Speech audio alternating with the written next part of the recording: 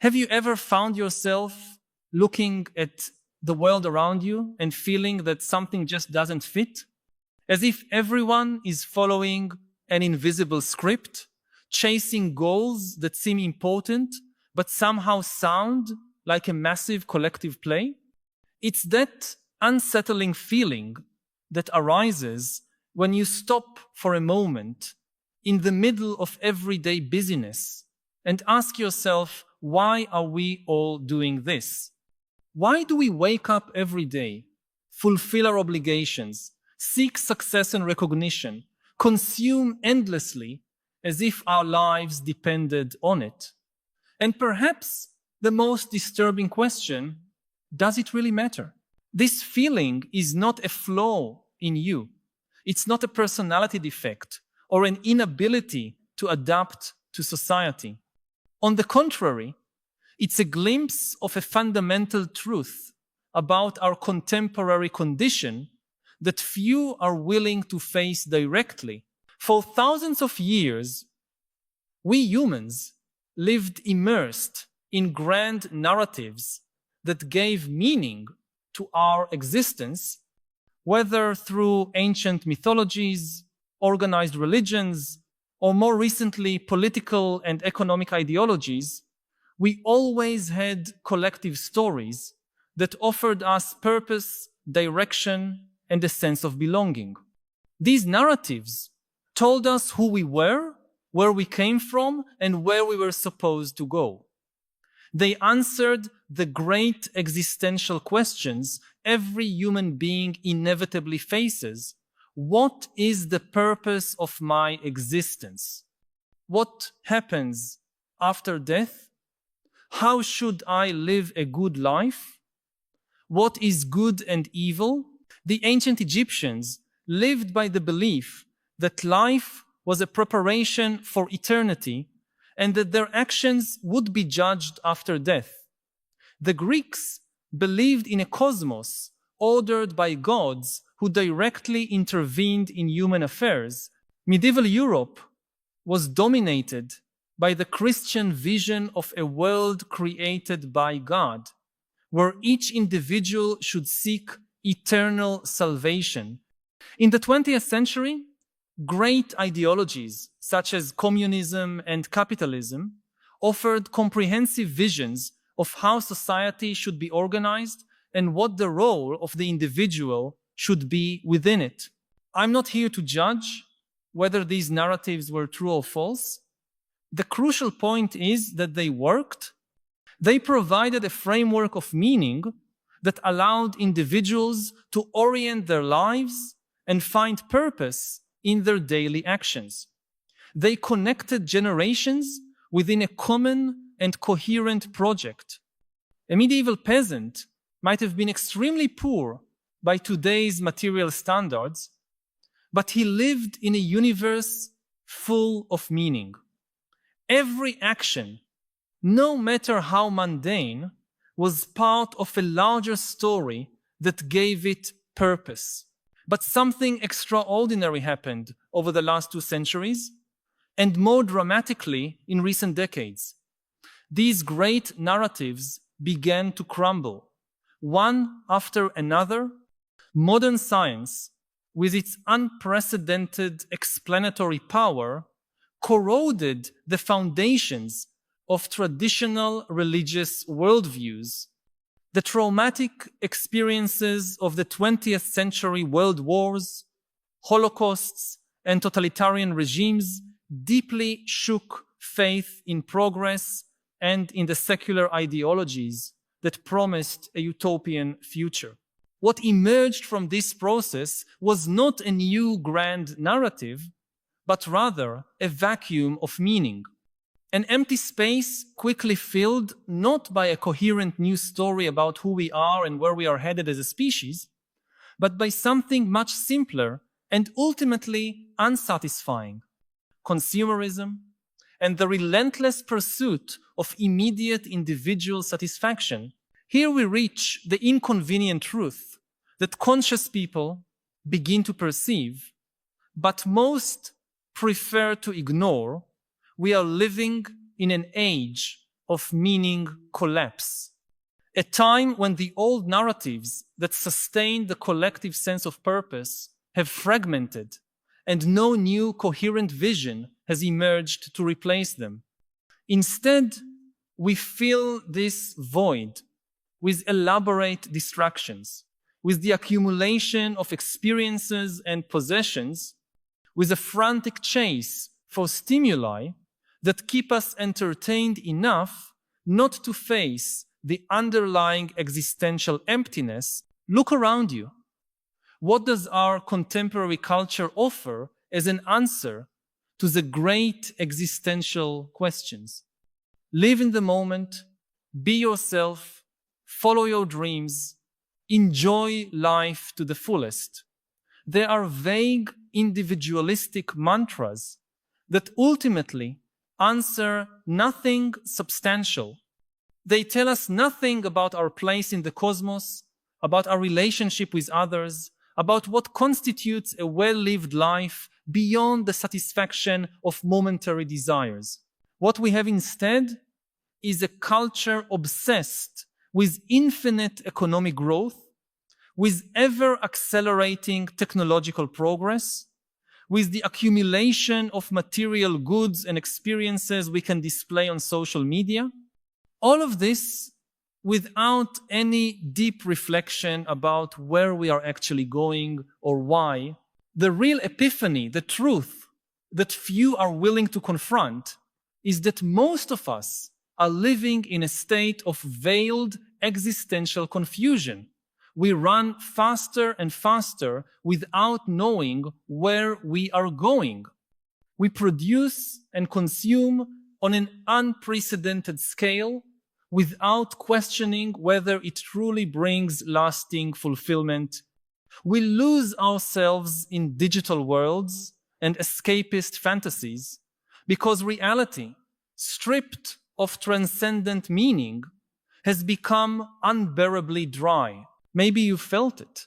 That moment when you achieve a goal you worked years for, only to realize the satisfaction lasts just a few days before the emptiness returns. Or when you acquire the item you so deeply desired, only for your interest in it to fade almost immediately. Or when you scroll through your social media feed for hours, only to feel more empty and disconnected than before. These are not signs that something is wrong with you. They are symptoms of a broader cultural illness, a crisis of meaning that affects not just isolated individuals, but our entire civilization. The most insidious aspect of this crisis is that it comes disguised as abundance. Never in human history have we had so many entertainment options, so many consumption possibilities, so many ways to communicate. It's easy to confuse this material and informational abundance with existential wealth. It's easy to think that because we can choose between thousands of products, shows, and careers, we are somehow freer or more fulfilled than our ancestors. But the truth is that this abundance of options often masks a poverty of purpose. The freedom to choose among countless distractions is not the same as the freedom to build a meaningful life. Technology has amplified this dynamic to unprecedented levels. Our smartphones and computers connect us to an endless stream of information, entertainment, and social stimuli. They are meticulously designed to capture and hold our attention. Every notification, every infinite scroll of content, every like received releases small doses of dopamine that keep us engaged. We have developed an almost addictive relationship with our devices precisely because they temporarily fill that void of meaning. Let's be honest. How many hours a day do you spend consuming digital content without any clear purpose?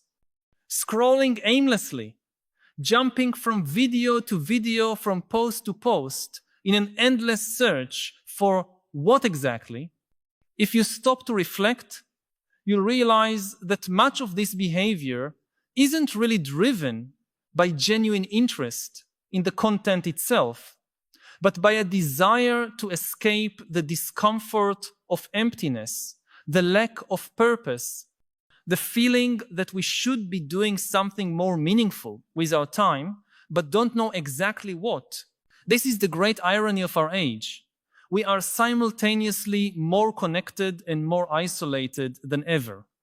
We have access to more information than any previous generation, but less and less wisdom. We have more entertainment options, but less genuine joy. We have more means of communication, but shallower conversations. We have more friends online, but more superficial relationships. And all this because we're trying to fill with distractions and superficial connections a void that actually demands something much deeper, authentic meaning. And here lies the central paradox. The more we try to fill that void with external stimuli and distractions, the more that void seems to grow. It's like trying to quench thirst by drinking salt water. Every attempt to find lasting satisfaction through consumption, social status, passive entertainment, or even conventional professional success only intensifies the sense that something essential is missing. This situation is not accidental. It's the predictable result of an economic and social system that fundamentally depends on our perpetual discontent. Contemporary capitalism thrives by creating and then exploiting a constant sense of inadequacy and desire. Modern advertising doesn't just sell products, it sells identities, lifestyles, the promise that the next purchase, the next experience, the next upgrade will finally bring the satisfaction we seek, but that promise is structurally impossible to fulfill. Because if we ever truly found lasting satisfaction, if we ever said, I have enough, the entire system would collapse. The infinite economic growth that sustains our societal model requires that we are never fully content, that we always want more, that we are perpetually chasing the next thing that's supposed to fill the void. The result is a society of permanently dissatisfied individuals running faster and faster on a treadmill that leads nowhere, chasing a fulfillment that is structurally designed to remain forever out of reach. And here we reach a crucial point. This system not only fails to meet our deepest existential needs, but is also endangering the very habitability of the planet. The pursuit of infinite economic growth on a finite planet is a mathematical impossibility. The Earth's ecological limits are becoming painfully evident through climate change, biodiversity loss, and resource depletion. We are therefore facing a double crisis, a crisis of meaning on an individual and cultural level, and an ecological crisis on a planetary level. And the most remarkable thing is that both have the same root: our collective inability to articulate a purpose, a sense of direction that goes beyond material accumulation and perpetual economic growth. The truth that conscious people are beginning to see is that we cannot continue on this path, that this model of civilization, based on infinite growth and consumption as a substitute for meaning, not only leaves us existentially empty, but is actively destroying the ecological foundations that sustain our survival as a species. What makes this truth so difficult to accept is that it demands a radical rethinking of virtually every aspect of how we organize our society and our individual lives. We are not talking about small adjustments or incremental reforms. We are talking about a fundamental transformation in our relationship with consumption, technology, work, success, and ultimately with meaning itself.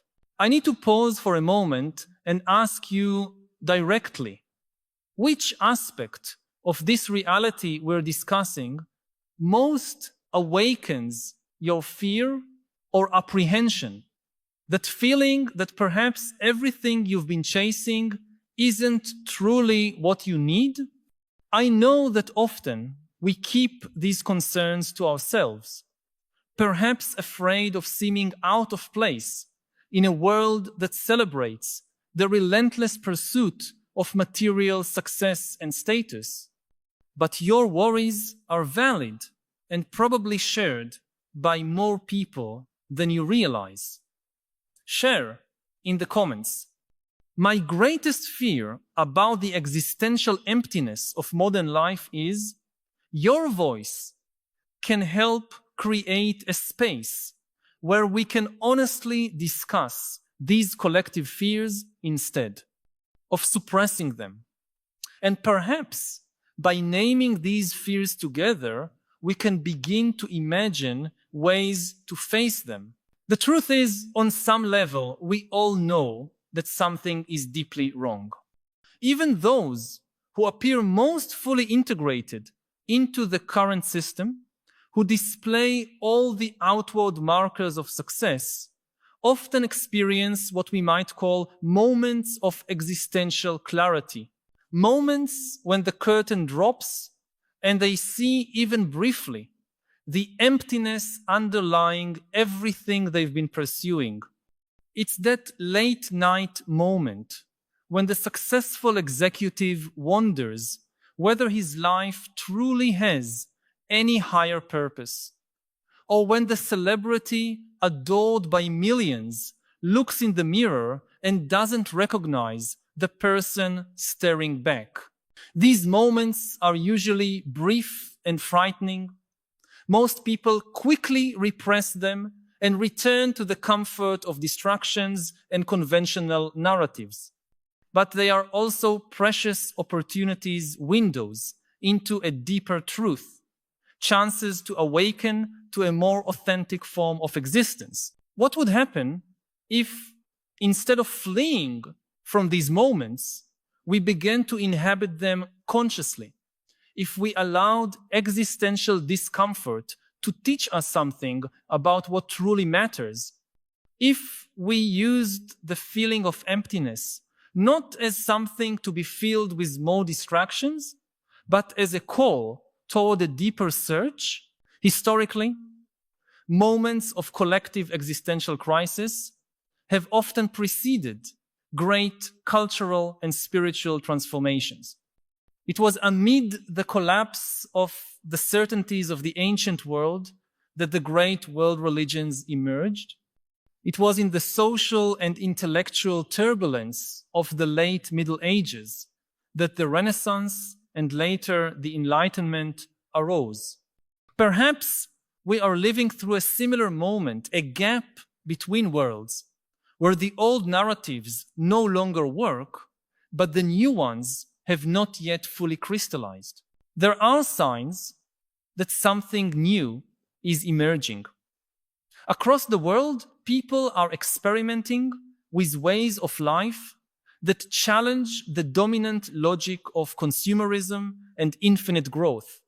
Intentional communities, voluntary simplicity movements, returns to nature, rediscoveries of traditional spiritual practices, new forms of economic organization based on cooperation rather than competition. These experiences are still marginal, true, but they point to possibilities of social organization and meaning that go beyond the current paradigm. At the same time, we are witnessing a renewed interest in wisdom traditions long marginalized by Western modernity. Contemplative practices such as meditation and mindfulness, once considered exotic, are now adopted even at the heart of corporate capitalism, albeit often in diluted and instrumentalized forms. We also see a growing interest in altered states of consciousness, whether through the rediscovery of psychedelic substances or through techniques such as holotropic breathwork or deep meditation. These states often provide direct experiences of connection and transcendent meaning that challenge the dominant materialistic and individualistic worldview. All of this suggests that even amid the apparent triumph of consumer materialism, something deeper is stirring within the collective consciousness a renewed search for meaning, for connection, for a form of existence that recognizes our deepest human needs.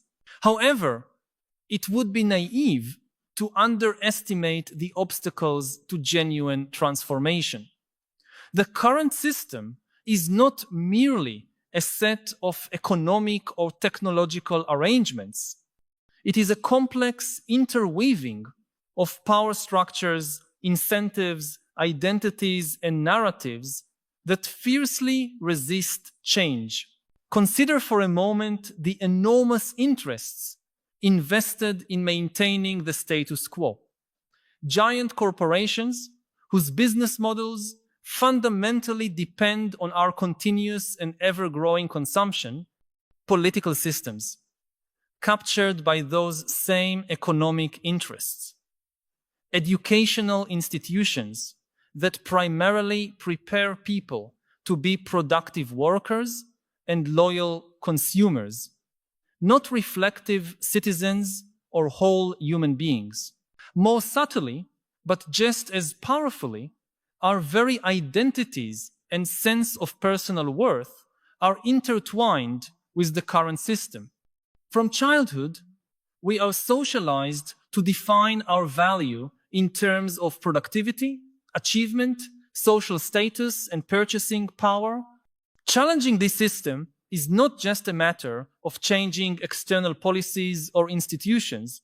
It means confronting deeply ingrained aspects of how we define ourselves. And then there is the problem of complexity. We live in a global civilization of unprecedented scale and interdependence in human history. The problems we face, from the climate crisis to rising inequality, are overwhelmingly complex. There is no simple solution, no silver bullet, no single path toward a wiser and more sustainable society. Faced with such complexity, it is easy to fall into a kind of paralysis, to feel that the problems are so vast, the forces at play so powerful, that any individual action is meaningless. Or, equally dangerously, to fall for simplistic solutions that promise to fix everything but merely replace one totalizing ideology with another. The path forward, therefore, is not one grand unified solution, but a multiplicity of experiments, attempts, pilot projects, a diversity of approaches that together can begin to build the foundations of a wiser, fairer, and more sustainable civilization. For that, we must cultivate a quality particularly rare in our current world: epistemic humility, the ability to say, "I don't know," and truly mean it, to recognize the limits of our knowledge and understanding, to remain open to divergent perspectives and new evidence, to resist the temptation of premature certainties and overly simplified answers. We also need to develop the capacity to think across multiple scales simultaneously, to connect our individual daily choices and actions to the larger systems and structures shaping our world, to see how the personal and political, the individual and collective, the local and global are inextricably interwoven, and perhaps most importantly, we need to cultivate a sense of possibility and hope that does not depend on guarantees of success, a willingness to act even in the face of uncertainty, to experiment knowing that many attempts will fail, to plant seeds without knowing for sure whether we will see them bear fruit. It's easy, in the face of the magnitude of the challenges we face, to fall into paralyzing cynicism or into false hope based on miraculous technological solutions. The harder but truer path is to cultivate what philosopher Václav Havel called deep hope, not the expectation that everything will turn out well, but a commitment to the meaning and value of doing what is right regardless of the outcome. Because the truth is, we have no guarantees.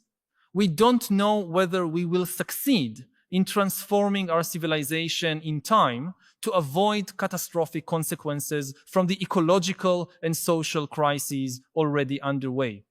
We don't know whether new forms of collective meaning and purpose will emerge to replace the exhausted narratives of the past. We don't know whether today's marginal experiences and movements will become tomorrow's dominant structures. But we do know that the current path is unsustainable. We know that a system based on infinite growth on a finite planet is mathematically doomed.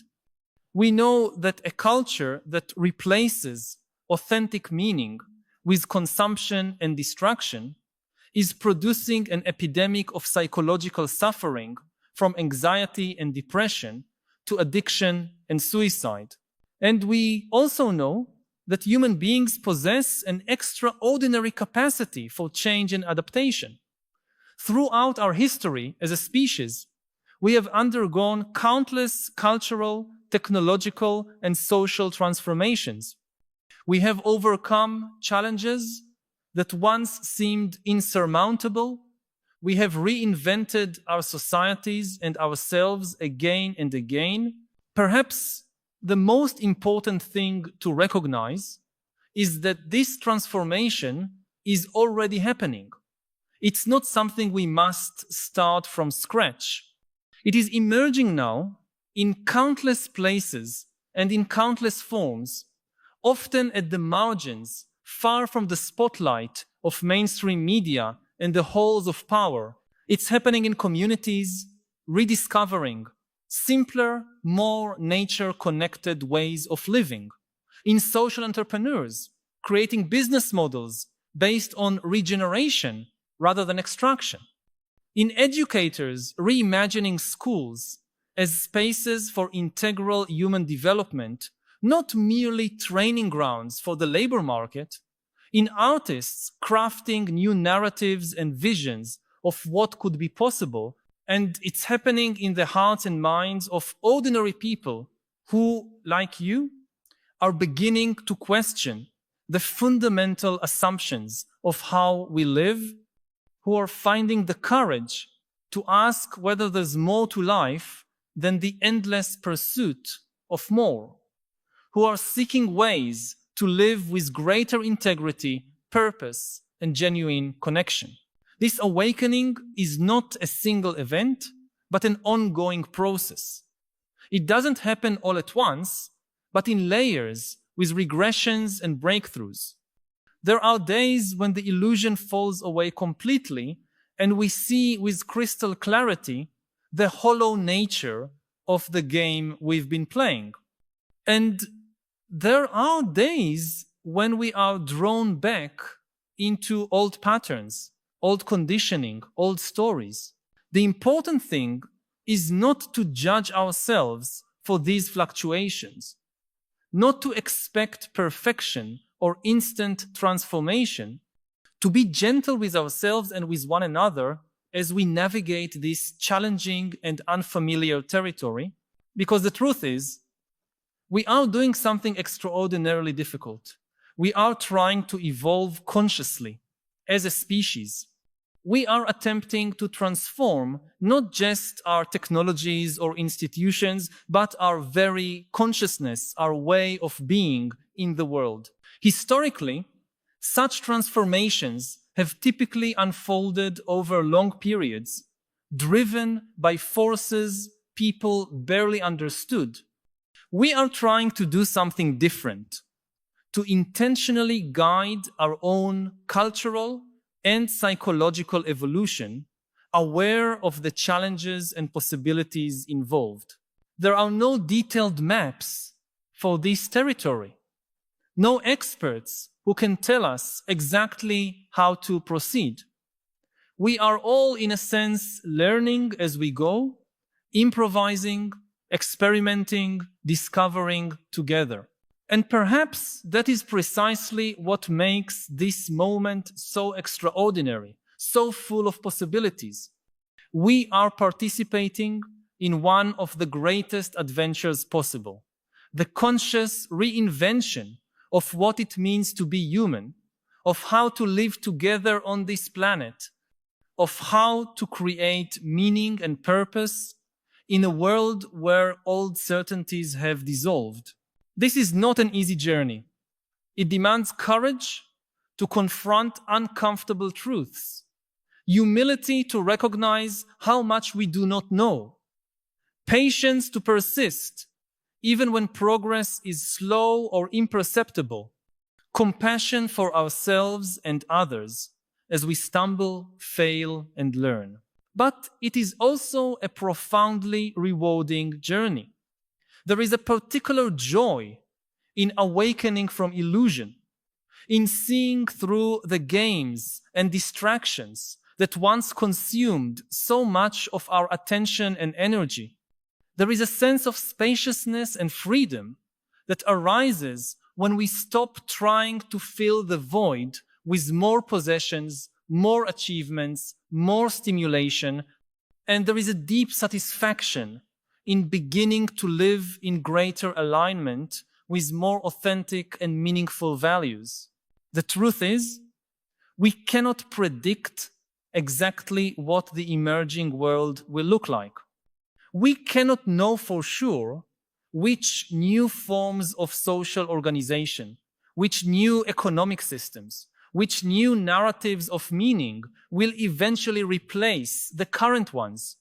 The future is being created now through the choices and actions of countless people, and its final shape is inherently unpredictable. But we can consciously participate in this creative process. We can contribute our own ideas, experiments, and visions. We can join others who are walking similar paths. We can be both witnesses and co-creators of this great transformation. And perhaps, in the end, this is the deepest truth that conscious people are beginning to perceive, that we are active participants in the evolution of our culture and collective consciousness, that our choices, actions, and ways of being in the world matter not only for our individual lives, but for the unfolding of human history itself. This is an enormous responsibility, of course. It is much easier to see oneself as a small piece in a system, too large to be influenced, to go with the flow, to accept the world as it is. But it is also an extraordinary opportunity, a chance to consciously take part in something far greater than ourselves, to contribute, even modestly, to the birth of a wiser, fairer, and more sustainable world. Perhaps you are wondering where to begin, how to take part in this great process of transformation. The answer is both simple and challenging. Start where you are, with your own life, your own community, your own unique gifts and abilities. Begin by questioning the assumptions you have internalized about what constitutes a well-lived life. about what truly brings lasting fulfillment, about how you define success, purpose, meaning. Begin experimenting with ways of living that depend less on material consumption and more on meaningful connections, that prioritize being over having, that create space for contemplation and presence in a world dominated by distraction and haste. Begin building or joining communities of shared practice and purpose, people with whom you can explore new paths, support one another, create together. Remember that cultural transformation is a deeply social process, not something we can accomplish alone. Begin using your specific talents and skills to contribute in your own unique way to the emergence of a better world. Whether you are an artist or an engineer, a teacher or an entrepreneur, a parent or a community activist, there are infinite ways to take part in this great transition. And perhaps most importantly, begin practicing patience and perseverance. This transformation will not happen overnight. There will be obstacles, setbacks, moments of despair. What matters is to keep going, one day at a time, one step at a time, trusting the process, even when results are not immediately visible. If these reflections have touched something you have been feeling, but perhaps could not put into words, know that you are not alone. By subscribing to the channel, you will connect with a growing community of people who share your questions and your desire for a deeper understanding of the philosophical challenges of our time. Each week, we meet here to explore together the great questions that define our era and to seek not only understanding, but also wiser ways of living amid the transformations we are witnessing. This is not just a channel, but a space for dialogue and collective growth. Join us in this ongoing journey. Subscribe so we can continue this essential conversation about how to live with more wisdom and purpose in a world that often leaves us disoriented and divided. In the end, the truth the world may not yet be ready to hear, but that conscious people are increasingly recognizing, is this: we are at a turning point in human history. The old systems, structures, and narratives are wearing out while new ones are being born. The future is not predetermined, but will be shaped by the choices we make now, individually and collectively. We can continue down the current path of meaningless consumption and unsustainable growth, even as it leaves us existentially empty and destroys the life support systems of our planet. Or we can choose a different path, one of greater awareness, wisdom, and connection. A path that honors our deepest human needs and the ecological limits of our planetary home. This choice stands before us now, not as a single grand decision, but as thousands of small choices we make every day in how we live, work, consume, and relate, in how we devote our time, attention, and energy, in the stories we tell ourselves and each other about who we are and what matters. There are no guarantees that we will choose wisely, of course. The challenges are immense. The forces maintaining the status quo are powerful, and time may be running out to avoid the catastrophic consequences of our collective past actions. But the very awareness of this choice, the recognition that we are at a turning point, is already a significant step. It is an awakening from the collective hypnosis that kept us blindly following a path we know, in our clearest moments, cannot continue. And perhaps, after all, This is the deeper purpose of the existential emptiness so many of us experience. It is not merely a symptom of something wrong, but a calling toward something truer.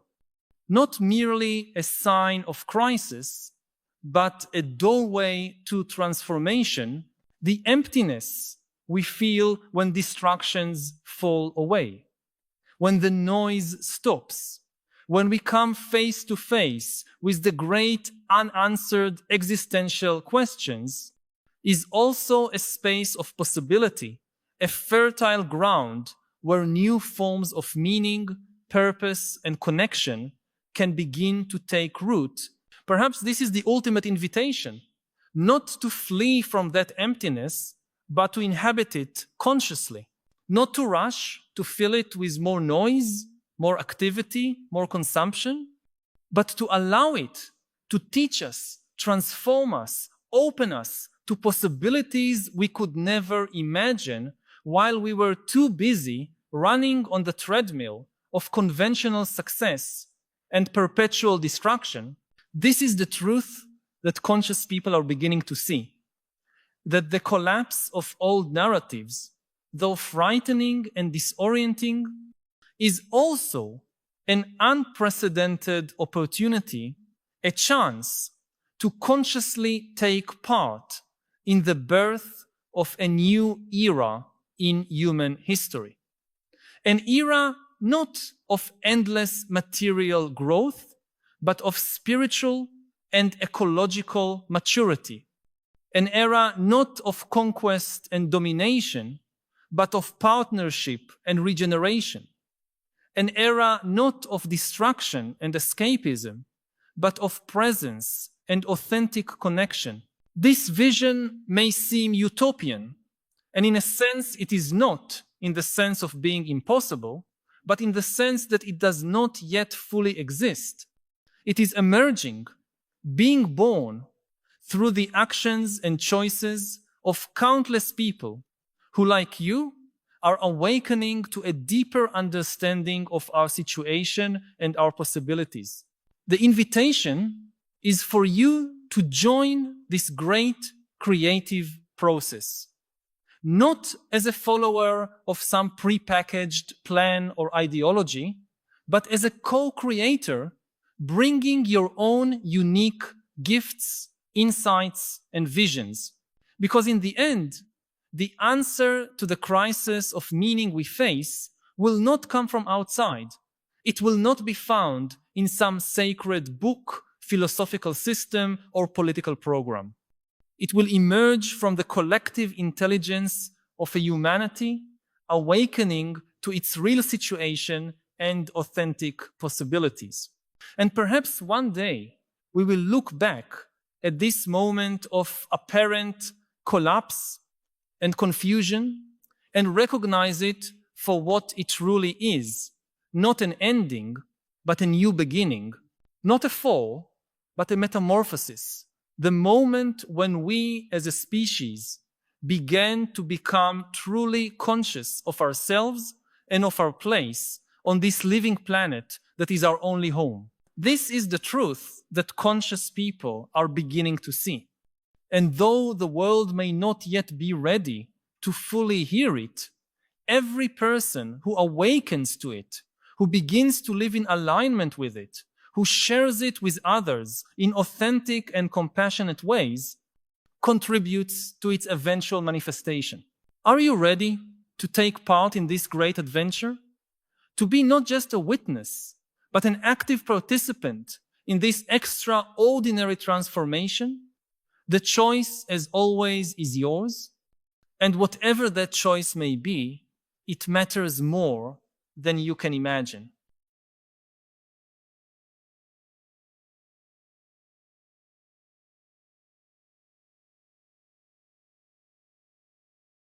Should AIs have the ability to open a bank account and manage a bank account? That's a very practical question. We are very close to the point when you can tell an AI, go out there, make money, your goal is to make $1 billion. And one of the things about money it's a very easy goal to define. And AI can make money in many ways. It can hire its services to people to write their essays or books or whatever, many things it can do. It can earn money.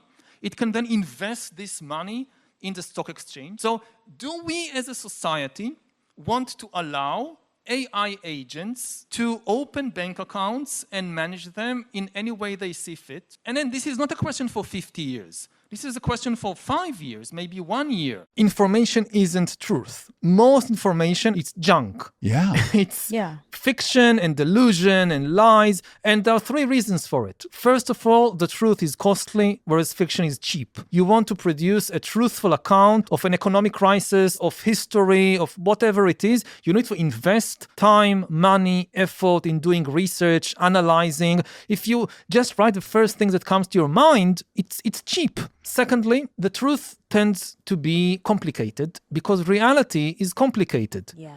Fiction can be as simple as you would like it to be. Yeah. You know, Jon Snow wanted to investigate what causes cholera. Not only he had to invest a lot of time and effort, but the actual process, there is these tiny microbes in the cesspool and they get into the drinking water and then they get into your body. Very complicated to understand a pandemic. If you just believe, it's witches that are casting a black magic on us, that's very simple. Very simple. Most people prefer simple stories. And the last thing, the truth tends to be painful sometimes. Not always, but often the truth about us personally or collectively is unattractive, whereas fiction can be as attractive as you'd like it to be.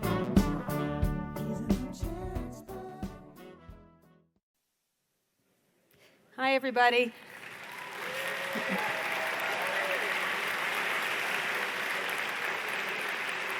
So I'm very excited to be back here. Last time I was here, I was talking about my own book with Sam Altman, who did an excellent job. A little frightening how good he was as an interviewer for my book. But I'm very excited. I've interviewed Yuval, I think, several times.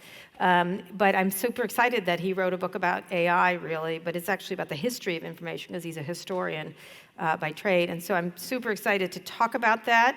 I'm thrilled you're all here. You missed the vice presidential debate. It's probably a good thing. This is much more interesting. And we won't be talking about eating dogs, so that's good. We're already way ahead. And I'm very excited. He needs no introduction. What an amazing man, what an amazing author. And this book is sure to be another bestseller. Yuval, come out, Yuval Harari.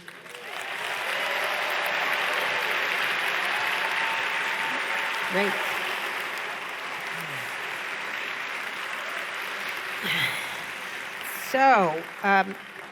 So we have a lot of questions, and then we'll get to questions from the audience at the end. We can't see you very well right now, so apologies if I don't, but we will bring up the lights when you ask questions. But I've got a bunch of them. This is actually going to be put on with Kara Swisher on the podcast, it should be really interesting and a great discussion. So welcome to City Arts and Lectures. It's great to see you again, and thanks for joining me. Thank you. It's really good to be here with you. So we're here to talk about your latest book, Nexus, a brief history of information networks from the Stone Age to AI. It's not brief. It's quite a large and long book. From the Stone Age to AI in 400 pages, it's quite brief. Oh, all right. Okay, fine. Okay, all right. Okay, if you say so. Your first bestseller, Sapiens, obviously, a brief history of humankind. I like to use brief all the time. Came out in 2011. and honestly, these books could kill a small dog, speaking of dogs. And then you wrote Homo Deus, A Brief History of Tomorrow in 2015. Yeah. And again, despite the titles are not so brief. So let's talk about what you were trying to do with Nexus and how it relates to these other books that you wrote and why you decided to do this. And then we're going to get into history first. So, it picks up where I left off with Sapiens and with Homo Deus. Mm-hmm.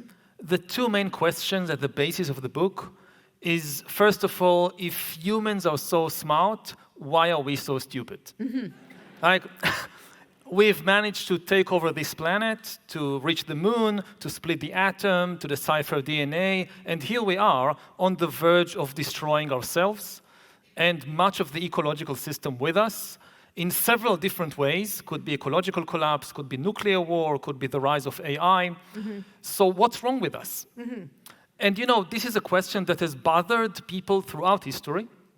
And you have a lot of answers in mythologies and theologies that tells us that there is something wrong with us. There is something wrong with human nature. And Nexus takes a different view. The problem is not in our nature. The problem is in our information. If you give good people bad information, they will make bad decisions and self-destructive decisions. And then the book goes on to explore the long-term history of information. Why isn't information getting better? I mean, you would have expected that over thousands of years, our information will get better, and it really doesn't. Large-scale modern societies are as susceptible to mass delusion and really insanity, like mass insanity, as Stone Age tribes.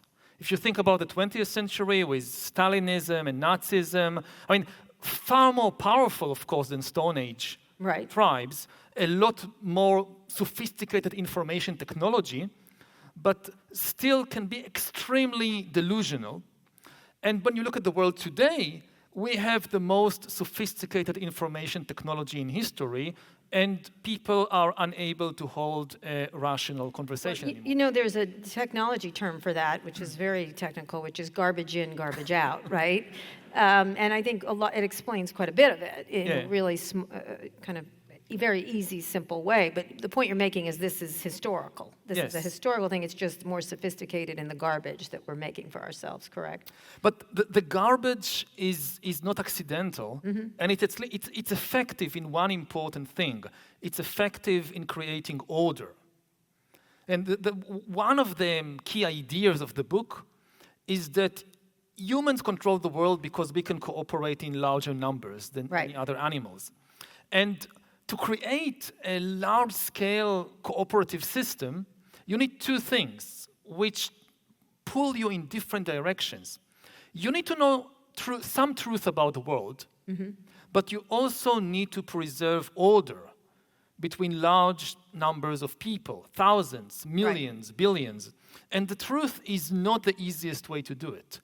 In most cases, fiction and fantasy and downright lies are more effective in creating order among people. So one of the things that I think about a lot today, and we'll get into this in a minute, I want to get to history first, is the idea that technology and information is either a tool or a weapon. Technology used, whether it's the printing press, whether it's papyrus, it's both used as both, and it will always be used as a weapon no matter what happens in every historical. A spear is always a weapon, but a knife is a better example. It's a tool and a weapon. Obviously, AI is very hot right now, but you know, in Homo Deus, you discuss the benefits and dangers of new information technology, especially if humans lose control. And you write in Nexus that since Homo Deus, your conversations about AI have gone from being idle philosophical speculations to having, quote, focused intensity of an emergency room. What is that conversation right now, from your perspective? About AI? I mean, there are two conversations. One is simply understanding what we are facing. What is AI? Why is it dangerous? What is the threat? And a lot of people have difficulty grasping it. It's not like nuclear weapons, that the danger was obvious, and nuclear war, which will just kill everybody. What's the danger in AI? And Hollywood, I think, did us a big service in focusing attention on that issue long before anybody else thought about it. But it focused on the wrong scenario. If you think about the Terminator or the Matrix, the focus is on the big robot rebellion. The moment the AIs decide to take over the world and wipe us out. And this is unlikely to happen anytime soon, because AI doesn't have the kind of broad intelligence necessary to build a robot army and take over a country or the whole world. And this makes people feel complacent. And I think one of the key issues in the conversation about AI is to explain that it's not about the big robot rebellion, it's more about the AI bureaucrats. It will take the world from within, and not by rebelling from outside or from below. I mean, AI, yes, it's not a general intelligence, but it doesn't need to be. Within a bureaucracy, you need a very kind of narrow intelligence to gain enormous power. If you think about a lawyer, for instance, as an example, if you drop a lawyer in the middle of the savannah, he or she are not particularly powerful entities. They are much weaker than a lion or an elephant or a hyena. But within a bureaucracy, a lawyer could be more powerful than all the lions of the world put together. Right. And this is where AI is stepping in. We now have millions of AI bureaucrats increasingly making important decisions about us, about the world. You apply to a bank to get a loan, it's an AI deciding. You apply for a job. In wars, increasingly, it's AIs choosing the targets. So one part of the conversation is to understand what is the threat, and we can explore that. The other part of the conversation is, of course, what to do about it. And here I think, almost everybody after a certain amount of time agreed that the best thing would be to simply slow down. Give human societies... Not everybody agrees that. No, not everybody does. Because of an argument that I'll get to immediately. They will say, ideally, yes, it would be good to slow down because it would give human society time to adapt, but we can't slow down, we can't afford to slow down, because then the bad guys, our competitors here or across the ocean, they will not slow down and they will win the race, so we must run faster. And then you have this kind of paradox that basically they are telling us we have to run faster because we can't trust the humans, but we think we'll be able to trust the AIs. Right, exactly. And, you and I had this discussion with Daniel Kahneman, the late Daniel Kahneman, about the decision-making of AI versus decision-making of humans. I don't know if you remember that. But one of the things that's, I think is interesting to explore at the beginning, though, is the historical, what's happened historically with much lesser information systems that humans construct. So the tacit assumption of this information age is what we call, I think all ages have been information ages in a lot of ways. As you said, that more information will lead to the truth, which will lead to more wisdom, more openness, a better world. Obviously, that's naive, and you discuss that. And you define the information instead as something that creates new realities by connecting different points of view into a network. Talk a little bit about that, because this concept is standard in mathematics, right? But as a philosopher, do you see any, and historian, do you see any danger in separating information from truth? Most information is not truth. The truth is a very small subset of all information in the world. The truth is, first of all, it's costly. If you want to write a truthful account of anything, you need to research, you need to gather evidence, to fact check, to analyze. That's very costly in terms of time and money and effort. Fiction is very cheap. You just write the first things that comes to your mind. The truth is also often very complicated because reality is complicated. Whereas fiction can be made as simple as you would like it to be, and people prefer, usually, simple stories. And finally, the truth can be painful.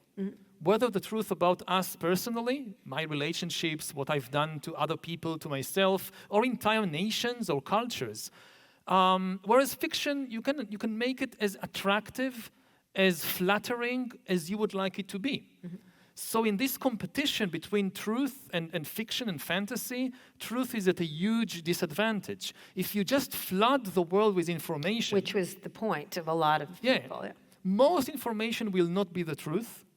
And in this ocean of information, if you don't give the truth some help, some edge, the truth tends to sink to the bottom, not rise to the top. Right. And we see it again and again throughout history, every time people invent a new information technology. So it's really interesting because I was just reading Rachel Maddow's prequel where she talks about Joseph Goebbels talking about this. Like if you flood the zone with bad information or just anything, it washes out the truth. And of course, Tennessee Williams said the truth is at the bottom of bottomless well. You can never get to it.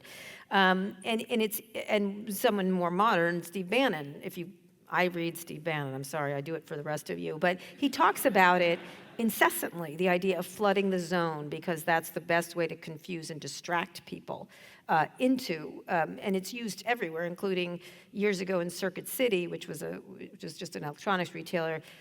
when I walked in, there was a bunch of TVs and they were all going. And I said, why is that doing it? And the person goes, oh, it's the wall of confusion.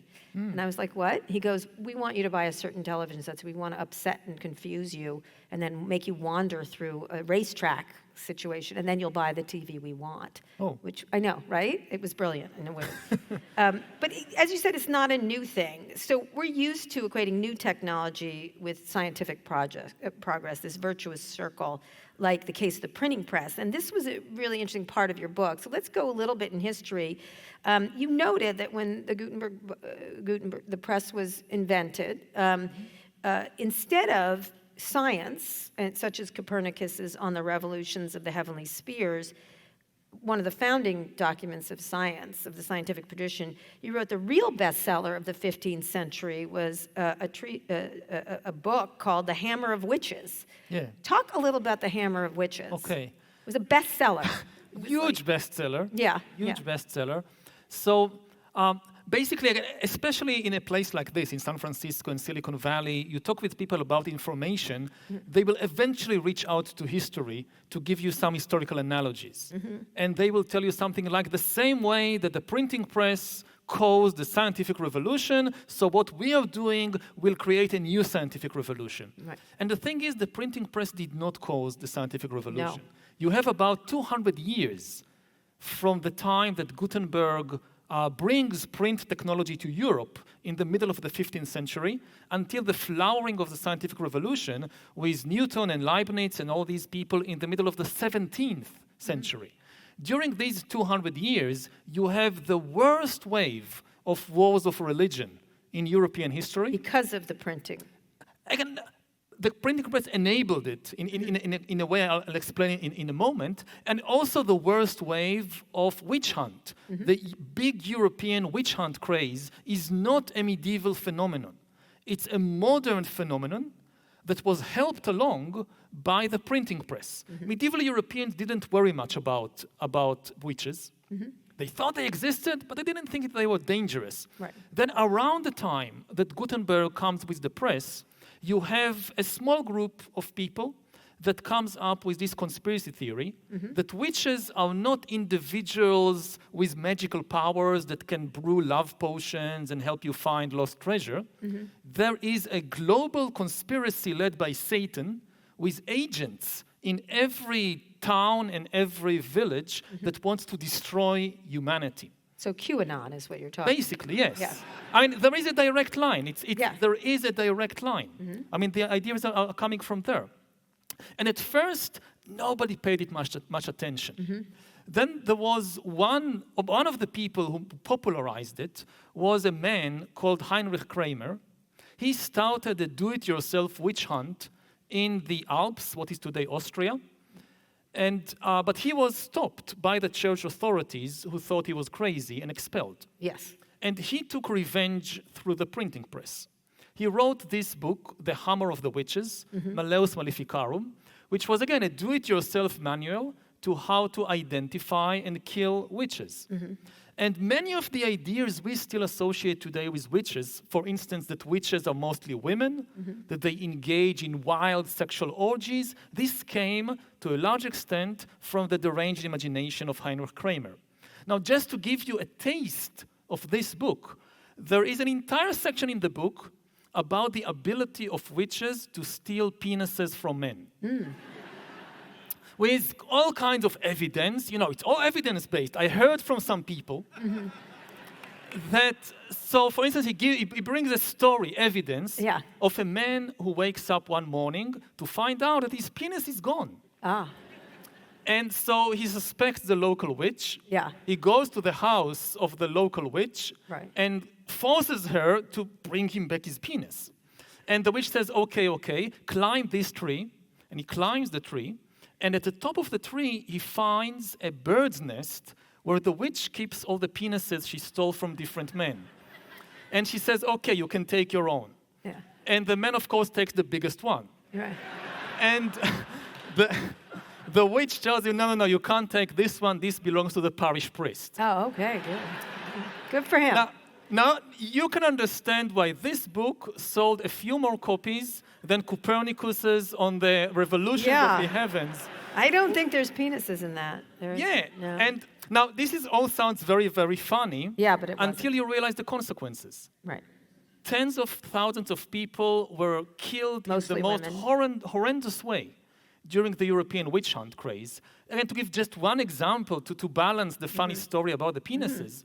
So in Munich, they arrested an entire family, the Pappenheimer family, accusing them of being part of this global conspiracy of witches. Right.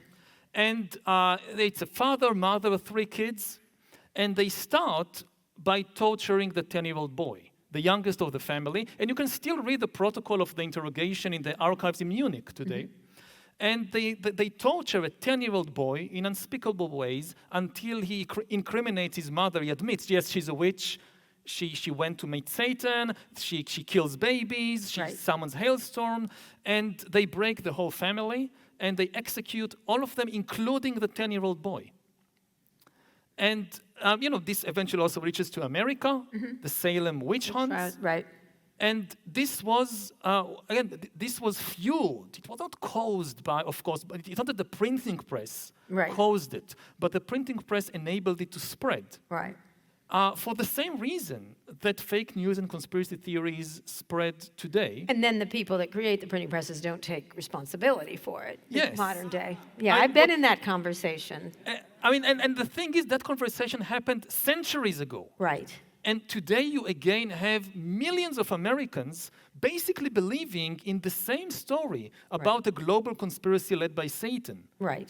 To destroy civilization. Right. And if you look, what stopped it last time? How did we, in the end, get to the scientific revolution? It wasn't the technology of the printing press. It was the creation of institutions that were dedicating to sifting through this kind of ocean of information and all these stories about witches and so forth, and developing mechanisms to evaluate reliable information. And to be trusted by the population, correct? Which is very easily fooled. Yeah. Right. And to spread not the information people are most likely to buy, but the information which is most likely to be true. Right.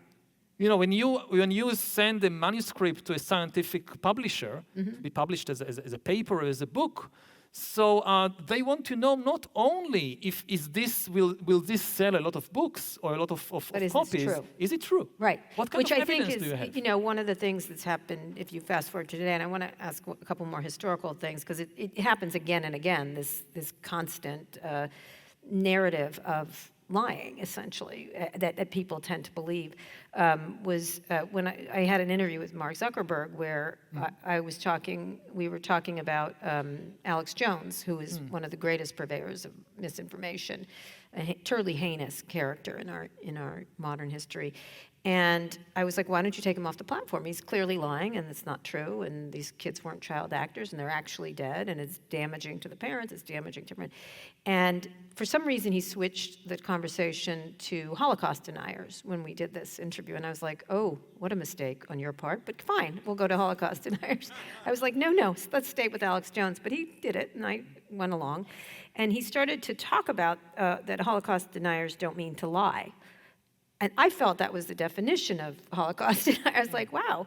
And I let him spin it out, which was really interesting to hear his point of view, which was completely ridiculous. Because I felt that the more Holocaust deniers are on the platform, the more anti-Semitism down the river would happen. Like you could see it happening if these people had access to other people, because it's interesting stuff, right? It's much more interesting than the facts. And he got in a lot of trouble for saying that, and et cetera, but it didn't prevent him from continuing to allow them to thrive on the platform until 2 years later when he decided to kick them off. He decided. One person was responsible, as far as I was concerned, for this flood of anti-Semitism because he refused to do anything at the beginning. So talk a little bit about, from a historical sense, where those... Because right now it's in the hands of just a few people, and they have real problems with history. They have real problems with knowledge beyond coding. Yeah, I think the main issue... And for some reason they all have penises, but go ahead. So they are afraid the witches will steal them. No, that's just Elon. Nobody wants your penis, Elon. Well, So how do you go so from there? you talk about self-correcting.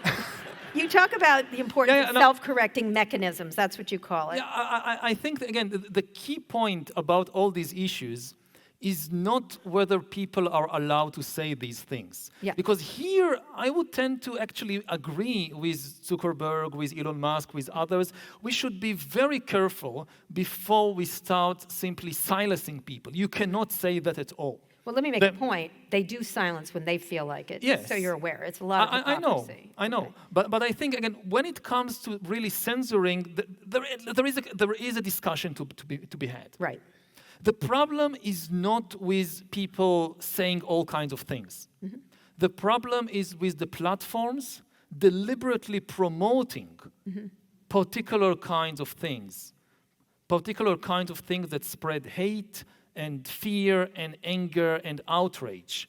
It's at some point, even Elon Musk said it's not freedom of speech, it's freedom of No, reach. he didn't say it. He copied it from someone. But go ahead. It was said years before. But he was willing to repeat it. Sure. But the thing is that people produce an enormous amount of content all the time. Right. And the question is, what gets attention? What gets spread? Mm-hmm. And here, the responsibility of somebody who manages a big platform, a media information system, whether it's a printing shop or whether it's a social media outlet, is to be very careful about what they choose to spread, what they choose to promote. And if they don't know how to tell the difference between facts and lies, they are in the wrong business. I mean, this is, for instance, what was built during the scientific revolution, is exactly these mechanisms. Right. How do we tell the difference between facts and fiction? So how do we build those today when this is in the hands of some very troubled people, like with the full control of these things, or either uneducated or just they don't know what they're doing, actually. It's some incompetence, some arrogance, some narcissism. It's in the hands of a very small amount of people who, most of whom know better, and it's in the architecture of this stuff. To me, it's the architecture, because when you look at, say, a Google, it's designed for speed, what you're looking for if you search for whatever, speed, context, and accuracy. Like, I'm searching for ADL, I'm going to get ADL. This is an example I always use. That's a utility, right? It comes to you. What social networks are designed for is virality, speed, and engagement. Which is a different architecture altogether, and it always leads the bad direction. So how do you create, what should influence our thinking? Because the government refuses to step in. We'll get to that in a minute. First of all, it should be clear that the platforms should be liable for the actions of their algorithms, not for the content of the users. Yep. And if somebody posts a hate-filled conspiracy online, that's the responsibility of that human being. Right. But then, if the Facebook algorithm or the TikTok algorithm decides to promote that conspiracy theory, to recommend it, to autoplay it, this is no longer on the user. This is the action of the algorithm, and this is the main problem.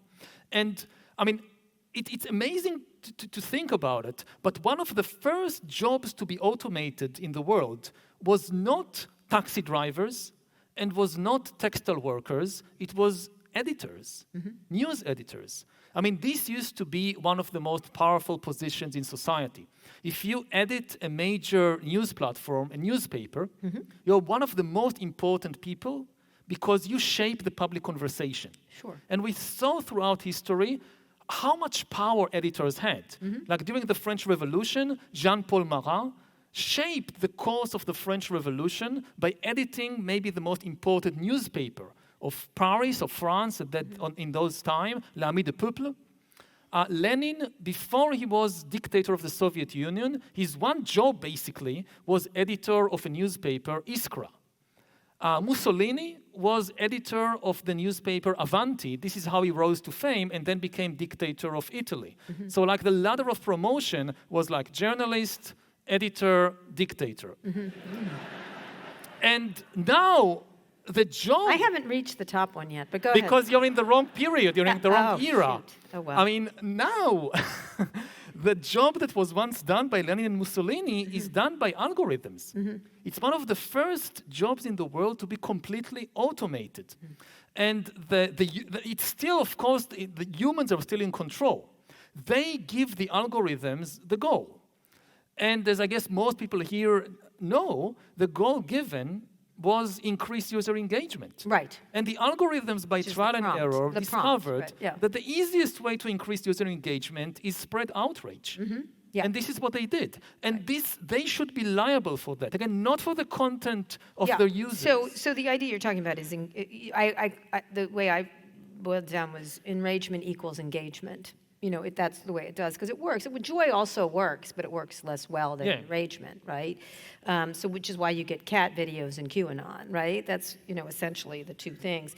But one of the things, so speaking of the hammer of witches, actually, before we get to that, talk a little about what happened, in the most famous version of propaganda, which is still probably Nazi Germany, in terms of using the media, using imagery, using propaganda. Because I think we use the word misinformation or disinformation when we're really talking about propaganda in the end. But it's all part of the same kind of toolkit, because a key difference between dictatorships and democracies is that democracies work on trust, and especially trust in institutions, whereas dictatorships work on terror. So dictators, they don't really need you to believe in a particular theory, in a particular version of reality. They really need you to disbelieve everything. If they can destroy all trust between people, then the only system that can still function is a dictatorship. So, and we see it also today, and we saw it, of course, in Nazi Germany, in the Soviet Union. I mean, there is, with one hand, they try to spread a particular conspiracy theory, a particular propaganda. But with the other hand, they just try to sow distrust. And unfortunately, both historically and also today, this is not the preserve, say, of Nazis or fascists of the extreme right. We see it on the right and on the left as well. It was also something very common on the Marxist left. That the key idea, maybe the most important idea, which is common here, is the idea that the only reality is power, and that all human relations are power struggles. This is an idea which is common on both the extreme right and the extreme left, which is corrosive of trust. It implies that all human institutions, whether it's the media, whether it's science, whether it's the courts, they are just elite conspiracies to gain power. Whenever somebody tells you something, the question to ask is not, is it the truth? The question to ask is, whose privileges does it serve? Right. It's obviously not the truth, because nobody cares about the truth. All humans care only about power. So every time somebody says something, the only question is, who is gaining in power by this? Speaking of that and the hammer of witches, for example, the New York Times fact-checked over 170 posts recently from Elon Musk, who owns a big communications platform now, along with the other stuff he should still be doing and not this, on X in a week, and he found that almost 1/3 were false, misleading, or missing context. His posts have coincided with harassment campaigns on election officials, so basically he's using it's not a public square, it's a private square owned by the world's richest man, to burn people in his own way. So what do you think about that? How do you assess social media at the moment in its ability to self-correct? Why would it, if one rich person who has somehow lost the narrative has the ability to do this in so many ways? So first, let's leaving Trump aside. Let's explain what self-correction is. Yeah. I mean, when you look at information networks and at institutions throughout history, so a key difference is whether they have strong or weak self-correcting mechanisms. A self-correcting mechanism is something within the institution itself that constantly works to identify, to expose the mistakes of the institution or of the member of the institution and correct them. So some institutions have only weak self-correcting mechanisms, In dictatorships, they are almost non-existent. Like in Putin's Russia, there is no mechanism to identify and correct Putin's mistakes. Well, there's no mechanism, just recently when Elon tweeted about assassination of Kamala Harris. He was like, well, it was funny to my employees, and so I thought it was funny. Which is sort of like your employees have to laugh at what you say. It felt like the same thing. So how do you, this summer the Supreme Court sidestepped whether social media should or should not, away from Musk, should or should not moderate content. Public opinion is split because of at least in this country, because of the First Amendment, and they always get mushed in there in a way that's very deceptive, I think. Conservatives think they're doing too much, progressives think too little, and proponents of less content moderation often, as I said, cite the First Amendment, but I don't think it's about free speech. It's about, as you said, algorithms. I'm going to read a bit from your book. You write, the information network has become so complicated, it relies to such an extent on opaque algorithmic decisions in intercomputer entities that it has become very difficult for humans to answer even the most basic of political questions. Why are we fighting each other? So talk about the impact of these unfathomable algorithms that are owned by individual people who direct them in some fashion or control them. But there is a big question here, whether the danger is the individuals who own them, or whether the danger potentially is the algorithms themselves. And I agree that at the present moment, the people who own the technology probably pose the bigger danger. But in the long term, we have to take into account that this is the first technology in history which can potentially make decisions and invent new ideas by itself. Right. That AIs are agents and not tools, and therefore down the road, the main problem could be the AIs and not their human creators or their human owners. Right, so that it becomes what it does, what it wants to do, correct? Yeah, and like in the case of the social media algorithms, today they should know better, but at least in the beginning, the executives who gave the algorithms the task of increased user engagement, they did not anticipate what will happen. And I think that most of them definitely didn't want what happened. That the corrosion of trust and the collapse of the public conversation and the destabilization of democracy, this was not their plan. Well, they certainly should have anticipated. It wasn't very hard to figure that out, correct? I mean, I was in a meeting with Facebook when they showed Facebook Live, and I said, oh, what happens when people murder each other on this thing? What happens when someone puts a GoPro on their head and does a mass murder? What happens when there's bullying, suicide? And literally the person there was like, you're a bummer, Kara Swisher. And I was like, yeah, I am. Like humanity has become sometimes a bummer. So how do you then self-correct that? Because the thrust of your book is about AI, and you say we're at a critical moment of canonization, that AIs will become full-fledged members of our information network. Let me read this section, because you're talking about the people are the problem now, but the algorithm itself will be, the AI algorithm could become the main problem down the road.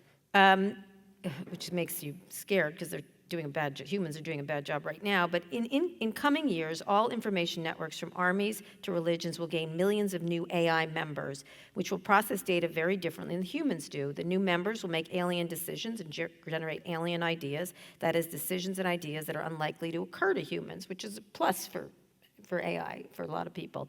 The addition of so many alien members is bound to change the shape of armies, religions, markets, and nations. Entire political, economic, and social systems might collapse, and new ones will take their place. That's why AI should be a matter of utmost urgency, even to people who don't care about technology and who think the most important political questions concern the survival of democracy or their fair distribution of wealth. That sounds terrifying, because people are doing a terrifically bad job right now. So talk about, you are not an optimist when it comes to AI. You're saying Mark Zuckerberg and Elon Musk are one thing, but boy, wait till you get a load of this AI kind of thing. First of all, it's obvious that AI also has enormous positive potential. Sure. Otherwise we would not be developing it. Right. Well, there is the money, but go ahead. Yeah. No, but even the money, you need to sell something. It does. In many cases, people buy it because there is benefit in it. Right. Otherwise, it's difficult to sell it. But the key thing is that human societies are extremely adaptable if we give them enough time. And this is just moving too fast. We don't have time to adapt, again, to these completely new financial systems, armies, religions, which will be created by all these new AI agents. You call them alien and not artificial intelligence. Why is that? They are alien, not in the sense of coming from outer space, of course. Although I can't wait till they get here and fix everything, but go ahead.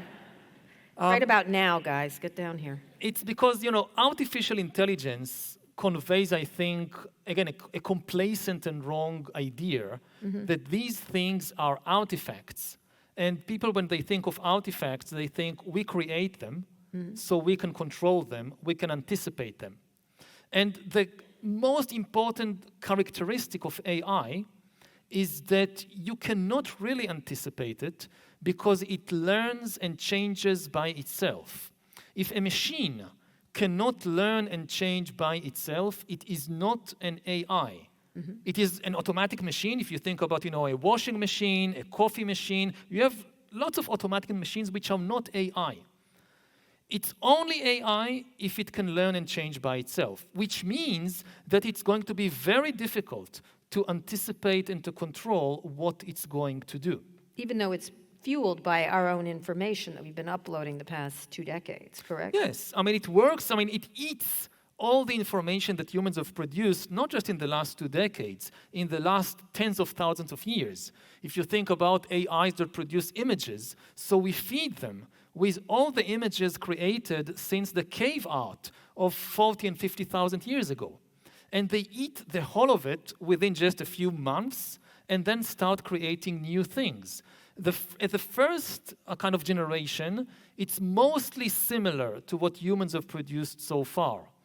But I guess that very quickly they will start to become more and more creative, which also means more and more alien, more and more different from human creations. Now, we have been used to living, throughout history inside human culture.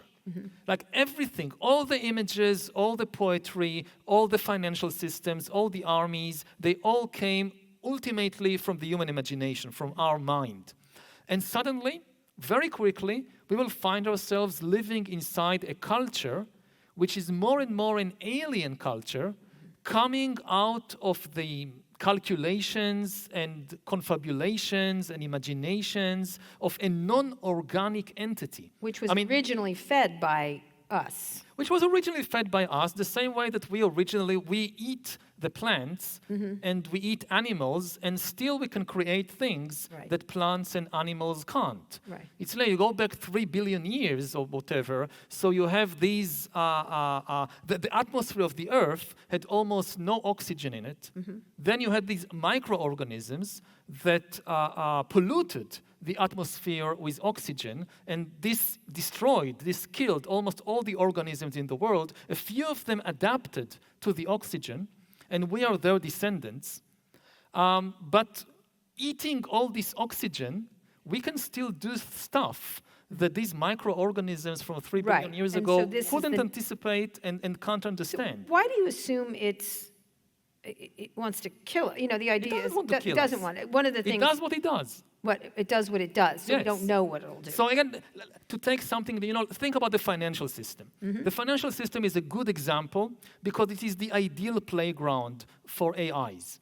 AIs have still a big difficulty with the messy, physical, biological world. This is why every year you have these promises that next year you have all the self-driving cars on the road, and it turned out to be much more difficult because you have to deal with traffic and humans and broken roads and dogs and whatever. So it's difficult. The financial system is easy. The financial system is only data. It's data in and data out. That's it. So this is kind of AIs, this is their ideal playground. Right. What happens if you give AIs more and more power to make decisions and also invent new stuff in the financial system? That we hadn't thought of, right, exactly. One of the things which is really interesting is that tech people are using a term agent, co-pilot, friend, assistant, like they're lesser than, essentially, than humans, and we are completely in charge. I just recently spoke with Microsoft AI CEO Mustafa Suleyman, and they have a new word at Microsoft called agentic, which is agent. Which is agent. It's not a word. I don't care. I think it's a new word they invented. Okay, fine, but it's not. And you're ringing the bell. Talk about what you think between the thinking of AI as a tool or agent, because that's what they're leaning in on. This is we're here to help you. And it reminds me of which I always say, the Twilight Zone episode, To Serve Man. It's a cookbook, right? Like that when they came, I don't know if you ever saw it, but you should. It's a cookbook. It's not here to serve man. It's to serve man with a side of potatoes, I guess. When you talk about this idea of agentic, you're talking about something very different because they're using companion, friend, everything. That's going to be your teacher. Is an entity that can make decisions by itself that you can't anticipate, and that can invent new ideas by itself that you can't anticipate, that can learn and change. So they had, for instance, this famous experiment that OpenAI did when they wanted to test GPT-4 before releasing it, and they gave it the task of solving CAPTCHA puzzles, and it couldn't solve the CAPTCHA puzzles, all these kind of strings of twisted words you need to identify. Yeah, neither can I. So they gave it access to the TaskRabbit online web page where you can hire people to do things for you. And GPT-4 tried to hire a human to solve the CAPTCHA for it. Makes and sense. The interesting thing was the human got suspicious. The human worker on TaskRabbit wrote, "Why do you need help solving CAPTCHA? Are you a robot?" It directly asked, "Are you a robot?" Wow, and humans for the win, TaskRabbit. But what happened then is that GPT-4 answered, "No, I am not a robot. I have a vision impairment, which is why I can't solve the CAPTCHA, and I need your help." And the human, this sounds reasonable, and the human did it. Now, nobody told GPT-4 to lie, and nobody told GPT-4 what lie would be most effective. This was a very effective lie.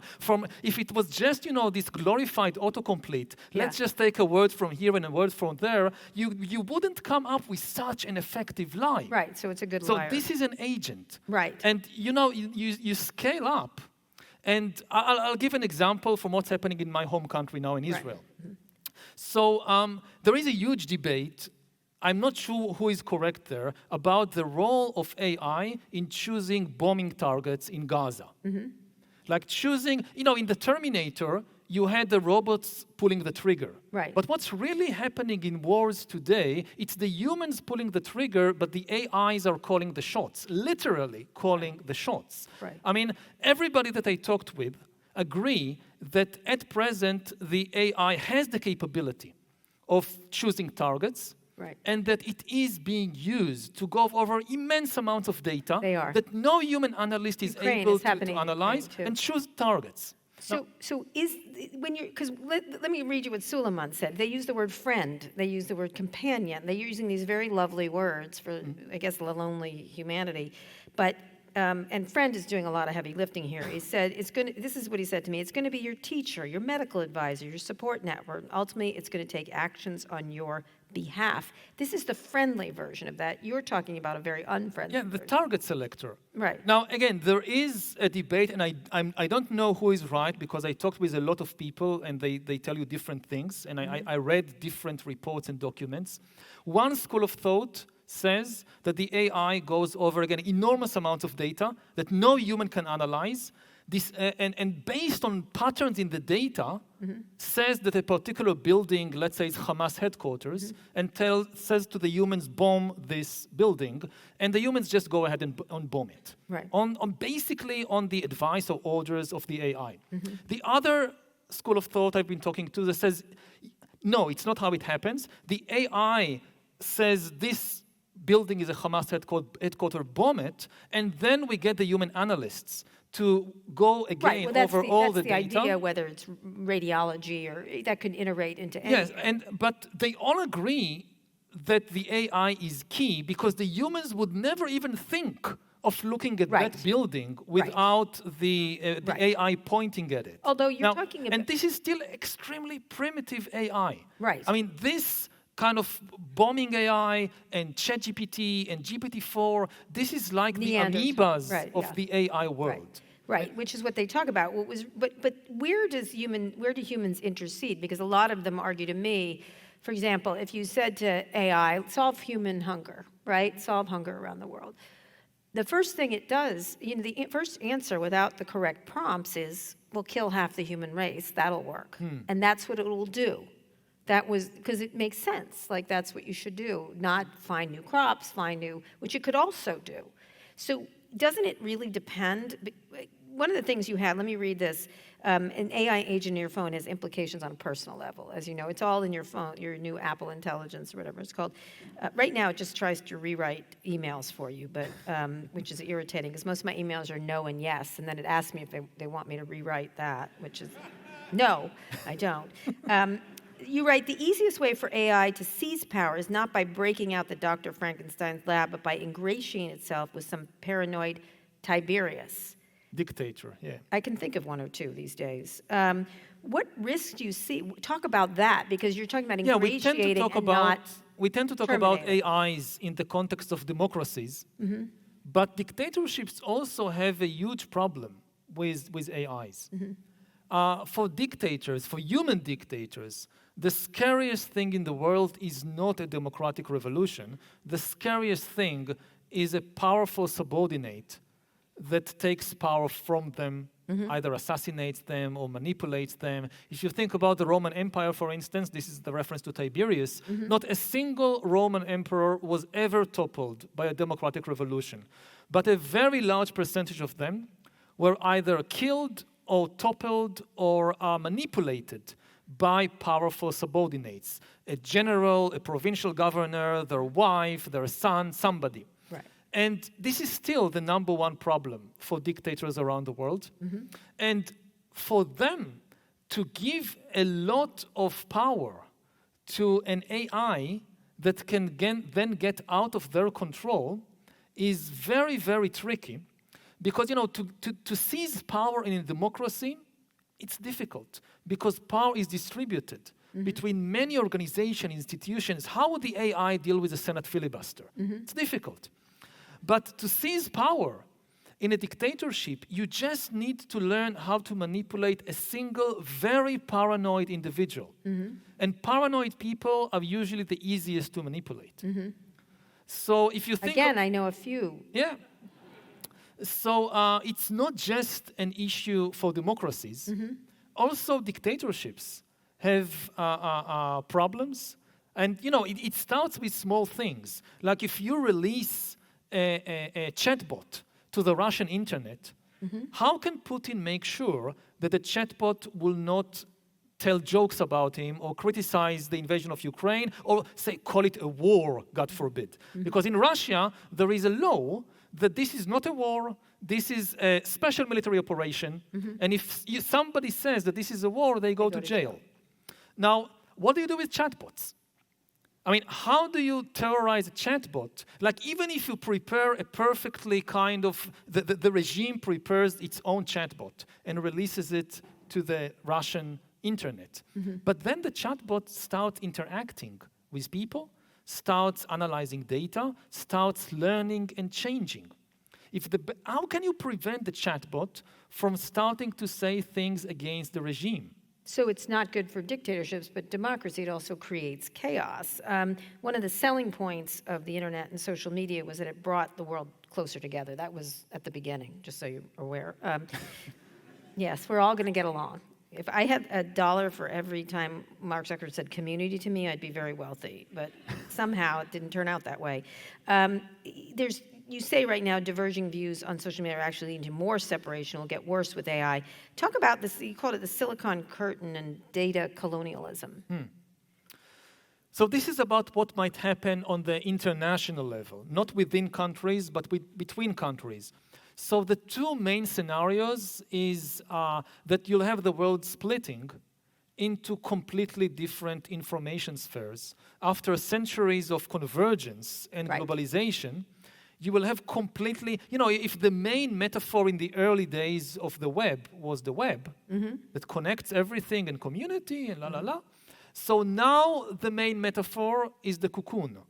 Like the web is closing in on us, and we are enclosed within information cocoons, and different people are inside different cocoons. Right. And the silicon curtain is, of course, a reference to the Iron Curtain, and to the idea that we will have entire countries or entire spheres which are in completely separate information Which cocoons, we have in this country right now. which is developing at a very fast rate. And then a complete breakdown in communication and understanding between human beings. That you cannot agree on there is no longer a shared human reality. And the other main danger is of the rise of new digital empires and data colonialism. The same thing that happened in the 19th century with the Industrial Revolution. The few countries that industrialized first, they had then the power to conquer and dominate and exploit the rest of the world. This can happen again with AI technology. But it doesn't have to be countries, it can be people, right? It can be people inside the country, but I mean, I think the biggest worry is still on the international level. You know, some countries will become fabulously wealthy because of AI, and the US and China are the front runners here. But other countries could completely collapse. Their economy could completely collapse, and they will not have the resources to retrain the compete. workforce, Right. to rebuild, to adapt to the new AI economy. So we can have a repeat Of what the happened imperialist drive of the 19th century, and this time centered around data. To control a country from afar, you will no longer need to send in the soldiers and gunboats and machine guns. You will basically just need to take out the data. Right. If you have all the data of a country, you have all the data of every journalist, every politician, every military officer, and you also control the attention of the people in that country. You control what they see, what they hear. You don't need to send in the soldier. Right. This has become a data colony. So before we go, we're going to get to questions in just a second. I want to talk about regulation. You've been advocating for AI regulation for a while, so have I. Last year you signed the open letter causing for a pause, which, very nice, but it didn't happen, just FYI. Nobody really expected it. No, it did not. And they're, you know, OpenAI is raising $150 billion. I'm sorry, a valuation of $150 billion. They're raising $6 billion. Lots of people in Silicon Valley signed it and then started their own thing. For I think of one or two people. You didn't. Here in California, Gavin Newsom recently vetoed a bill that would have been the first legislation in the nation to put up AI guardrails. It was a problematic bill. It was somewhat unspecific, but it required safety testing. It mandated a kill switch, turn off AI systems. And many who criticized it said it was focused too much on frontier models. And then Stanford professor Fei-Fei Li, who was one of the early AI people, also warned that it would disadvantage smaller developers. And they're trying to rewrite it, but there's almost no regulation anywhere, and there's no global regulation. There's some of banning bots, deep fakes people are talking about. What do you see as the regulatory scheme work here to do this? Because we haven't been able to do the last one. Yeah. Not one. So I think that there are three things I can say. I mean, there are two regulations which should be obvious. One is that corporations should be liable for the actions of their algorithms. You developed it, you deployed it, you're liable, like with cars, like with medicines, like with agree. food. The other is that AIs, you should ban counterfeit humans. AIs and bots are welcome to interact with us only if they identify as AIs. So transparency. Yes. Right. But, I mean, it's going to be impossible to just regulate AI in advance. Because, again, it's an agent. Because it learns and changes very, very rapidly. The only thing that can work is to create living institutions, not kind of dead regulations that are written in books, but living institutions staffed by at least some of the best talent on the planet and with enough budget to understand what is happening and to react on the fly. And again, before we even get to regulation, the first step is observation. We need eyes before teeth.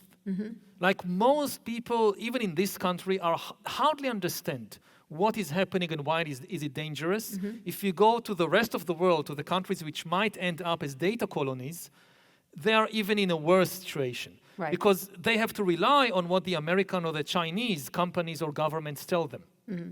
So what we need urgently is an international institution, again, with the best talent and with enough budget to simply tell people what is happening and what are the dangers. And now we can discuss what regulations... Almost like a nuclear regulatory commission is kind of what you're talking about, right? Like, but again, with nukes, it was relatively easy to understand the danger. right. With AI, it's a very rapidly developing Because there's technology. positives to it. The Surgeon General talked about this. There's never been technology that's both positive and possibly devastating to humanity. So my last two questions. You say also that unsupervised algorithms should be banned from curating public debates. Yeah, absolutely. People do such a good job at it already. I would trust the humans more than we have thousands of years of experience with humans.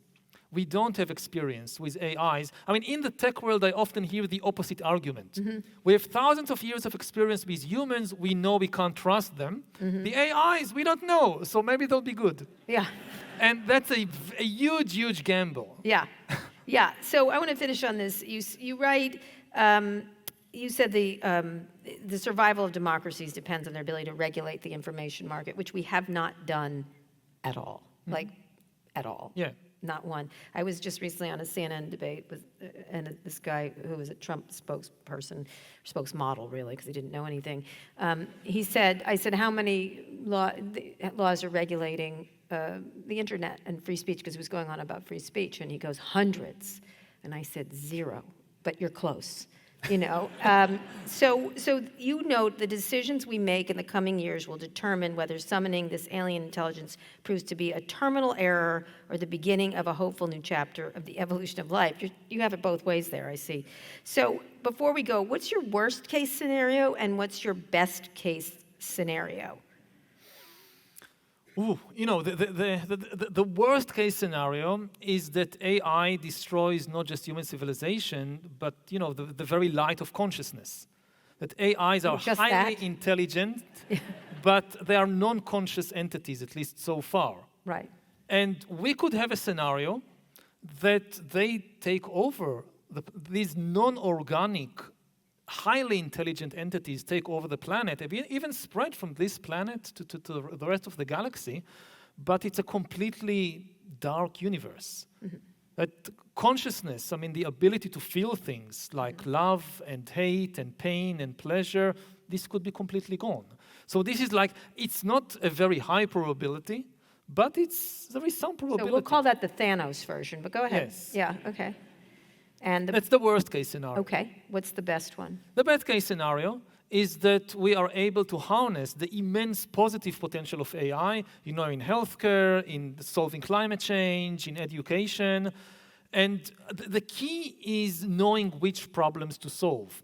One of the key problems of humanity throughout history, and you see it in particular in Silicon Valley, is that we rush to solve problems, we do a tremendous job, and then we realize we solved the wrong problem because we did not spend enough time on just understanding what the problem is. And, you know, we now have this fabulous technology to say unimportant things to people we don't care about, and we still don't know how to say the most important things to the people we most love, we most care about. So it happens again and again in history. Right. That again, we are so wise when it comes to, you know, finding the technical solutions, but we just don't spend enough time on choosing the right problems to solve. Right, absolutely. You don't use emojis then, I guess. You ever heard of Genmojis? Of what? Genmojis. No. This is an Apple thing. You can generate any emoji you want. Oh, so, like a face. Anything. Okay. You just describe it and the emoji's generated. All right, we're going to get to questions from the audience. Think about your Genmoji, what you want to make, and waste your time doing that. Well, the machines take over and kill us, I guess. That's where we're going. Are you a positive person or a negative person? What would you say? I try to be a realist. Right. Well, you're a historian. As a historian, I'm a historian, yeah. As a historian, are you positive or negative?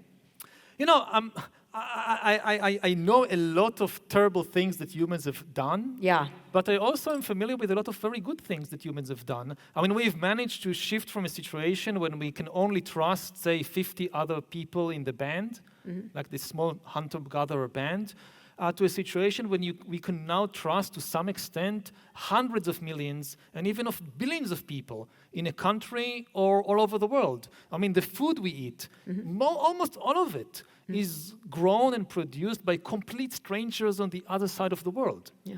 So this is really remarkable. Yeah. So it's not only bad news. Again, in this discussion, who should you trust more, the AIs or the humans?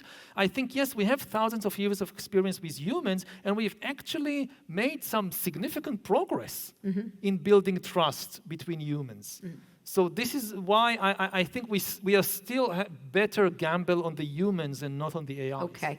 All right. So questions from the audience? We'll talk about a couple of them. Where's the... All right, I guess you put your hand out, is that correct? Are you guys, where's the people with the... Hello, we have a question from the balcony on your right. Okay, it's hard to see, but go ahead. Hi, thanks for coming. I really enjoyed Sapiens, and there was one particular part that gave me pause, if I could read it. It's, you say, cognitive dissonance is often considered a failure of the human psyche. In fact, it is a vital asset. Had people been unable to hold contradictory beliefs and values, it probably would have been impossible to establish and maintain any human culture. So I agreed with almost everything in Sapiens, and this one idea, it just completely flabbergasted me. It's the exact opposite of what I believe. And I was wondering, this was written a while ago, I was wondering if the political experience, especially in this country, has, if you've updated your opinion, or if you could elaborate. Thanks so much. Great question. So just to explain the idea that the reality is so complicated that to come up with a theory, a model that just explains everything in a perfect way is impossible for humans. So if you look at any culture, if you look at any ideology, any religion, there are always these contradictions inside them. And if we could not, to some extent, live with the contradictions, we could not have cultures and ideologies and religions and financial systems and states and so forth. The question is, what do we do with them? And I think the positive side is to acknowledge these contradictions and use them as fuel to think further, to explore further. What is really dangerous, I find, is the kind of fanaticism that sees only half of reality, or only half of you shut down half your brain or one eye, and you just don't acknowledge part of reality because of the inability to deal with the cognitive dissonance. And this usually leads to the greatest crimes in history. It's not a matter of, it could be secular ideologies like communism, it could be religious ideologies, if you have some kind, if you're comfortable with exploring the cognitive dissonance, I think you'll be okay. But if you go in the kind of fanatical direction, I'll just have this one idea, one key unlocks all the problems in the world, this tends to be the most dangerous. Okay, next question. This question is all the way to your right in the orchestra. Okay, right here. Got it. I see you. Hello. I have a question. So you talked a lot about technology companies, regulation, specific people. Could you talk a little bit more about the individual responsibility? So the analogy that I have in my mind, so information is like food. It's very easy for people who are obese, who drive the car every day, get the bad food, to blame the government, blame the regulations, the quality of the food.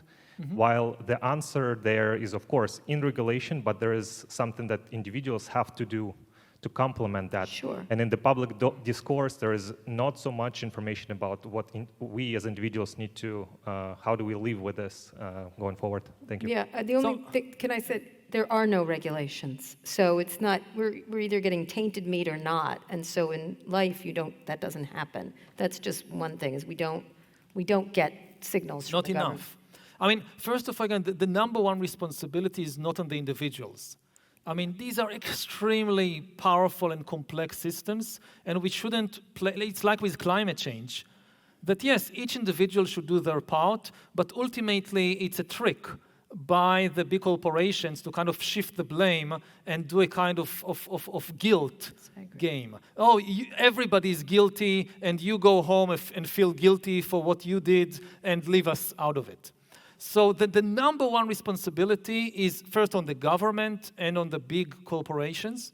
But of course, individuals have the responsibility, at least in their own life, and I really like the analogy with food. And I basically, agree that everybody should go on an information diet. That the same way that with food, a century ago, food was scarce, people would eat whatever they could get, and especially if lots of sugar and fat in it, that's good, lots of energy. Now food in many places around the world is super abundant. You have all this industrially produced junk food, which is deliberately pumped full of fat and sugar and salt to make it addictive.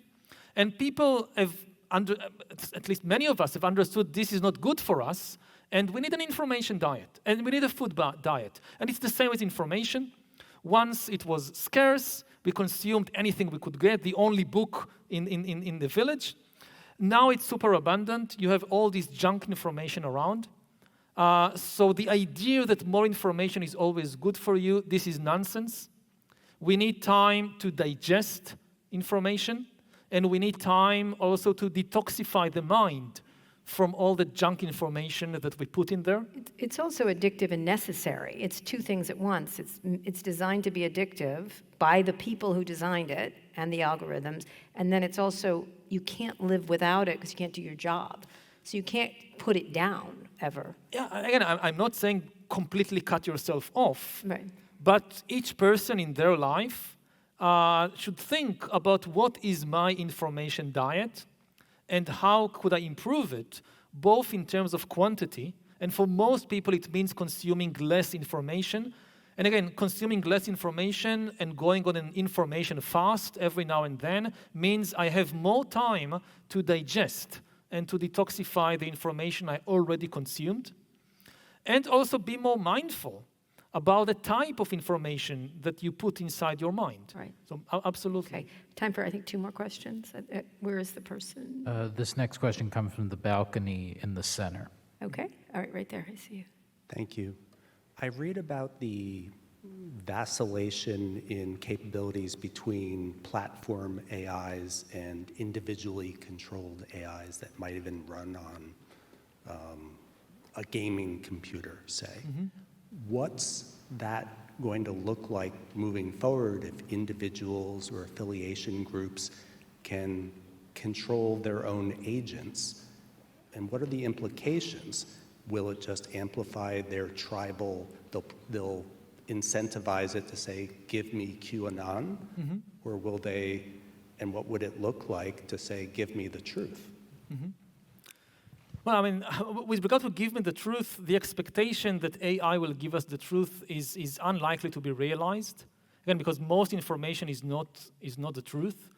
AI is simply likely to create, it won't tell us the truth about this world, it will create a new and much more complicated and much more difficult to understand world. And again, I know that immigration is on the mind of a lot of people in the United States and other countries around the world today. And people are worried we'll have all these immigrants in, and they will take some of the jobs, and they will have all these kind of different ideas about how to do things. How can we manage? How can society manage? So whatever you think about human immigration, this is a good model to think about the AI revolution. What we are talking about is the immigration of millions and maybe billions of agents into society, taking up a lot of jobs, and they will not necessarily start with, again, the taxi drivers. They may start with the editors and the bankers and the screenwriters and the producers. That's exactly where they're starting. They will take the kind of most important jobs first, or the generals in the army, and they will have different ideas about how to manage society, and some of them could become your friends. One thing we haven't discussed is this new abilities of AIs to fake intimacy with people. I mean, if previously the big issue with social media was the battle for attention, you had these algorithms very capable in grabbing human attention. The new generation of AIs, they can go far beyond attention, they can go to intimacy. For the first time in history, it would be possible to create mass intimacy, which is a contradictory idea, which was never possible before. You know, like Hitler's propaganda machine, it was good at attention. You could force every German family to listen on the radio to the speech by the great leader, but this did not create intimacy. Now with the new generation of AI, you could mass produce intimacy. So maybe some of your best friends will be AIs, and they will influence the way you think. And again, before we even get to the discussion, optimism, pessimism, is it good, is it bad, it's just radically different from anything and we've we have seen to understand before in what history. it could do. Okay. One more question. I'd like it to be a woman, please. 3 guys, that's enough. I have 3 sons. Love them, but I love my daughter too. So let's have a woman. This question is all the way in the back, middle of All the right. orchestra. Okay, as long as it's a lady. I'm sorry, I'm a man. Oh, no, I'm sorry. I don't mean to be rude, but we only have a few minutes. Yeah, Apologies. let's give it to a woman. Where? I apologize. I'm just going to overrule you. So, That's okay. okay, over here, wherever you can find, whoever's doing the picking is going to have to talk I'm to gonna me go over there. afterwards. Okay, thank you. Again, I have 3 sons, love them, but it's time for my daughter. Go. Wow, thank you. Okay, I wrote this down because I'm a little shy about this. Would you agree that Europe has a lower tolerance for fake news and holds media professionals to a higher standard than the US, who is often criticized for the systemic spread of misinformation? If so, how do you think we can hold the media accountable and combat misinformation? Should there be rules that prevent certain news outlets from labeling themselves as news if they don't adhere to specific standards? Shouldn't there be requirements such as you're not allowed to tell more than 5% of verified BS? Well, that would be great. Yeah. So definitely, I mean, part of what is happening is the erasure of borders between, you know, the private space and public space. People don't know if what they say, if they are saying it in private or in public. Similarly, the erasure of the border between news and entertainment. And, you know, if you want to be a news channel, you have to live up to certain standards. And if you don't want to, then just define yourself as entertainment. But as long as people understand what they are consuming. And we don't have that. With regard to Europe and the US, it's not my expertise, I'm not sure. But I would say that, you know, I hear a lot of people say that Europe has too many regulations, and this is bad for business. This is bad for the development of the technology. So how would it help you if you have all the regulations, but all the companies are elsewhere? So you're self-destructing. This is what they often tell to the Europeans. And I think this is inaccurate, because regulation and safety is not bad for business. You know, if you want to put a car on the road, people want a safe car. If you have good safety regulations, this is not bad for the business of car production. If you think about, you know, the COVID and the vaccines. So if you have a choice between a Russian vaccine and a German vaccine, most people would go for the German vaccine. Right. Because there are a lot more regulations that you can trust in Germany about how you produce vaccines and medicines and so forth than in Russia. So in many areas, this kind of binary choice, you have to choose. either you have regulations or you have an economy. This is just not true. It is, absolutely. You're right. 100. But that's one of the biggest tropes of Silicon Valley. And with regards to media actually has regulations attached to it. They get sued. Look at what happened to Fox and Smartmatic. There is a price, and the problem is there's no price. All right, I'm going to ask the last question. I'm sorry, we've got to go. They're telling me we have to go. But I have one more question. So with Sapiens, you became, like every tech bro was a fanboy of you, like crazy. I was like, have you talked to Yuval? Do you know what Yuval said? I'm like, no, I took an anthropology course in college, unlike you, so I did know a lot of this stuff. But they were thrilled, and you really did find a way to get them relatively educated, not very, about some stuff. So they loved you, like couldn't stop talking about you. You know that, right? They were your biggest fanboys. This is critical. Yeah. What are they saying about they don't like me anymore. I mean, they never did, but what are they? It's just out. We'll wait and see. What do you think? I think they will like it less than Sapiens, but again, I think maybe I'm less critical than you are of them. But I think many of them, not all of them. You haven't met them yet, but go ahead. I've met some of them, and many of them are really deeply concerned about it. They are, because they understand. I mean, they understand almost better than anybody else what they are creating, and they are very concerned. They don't know how to stop.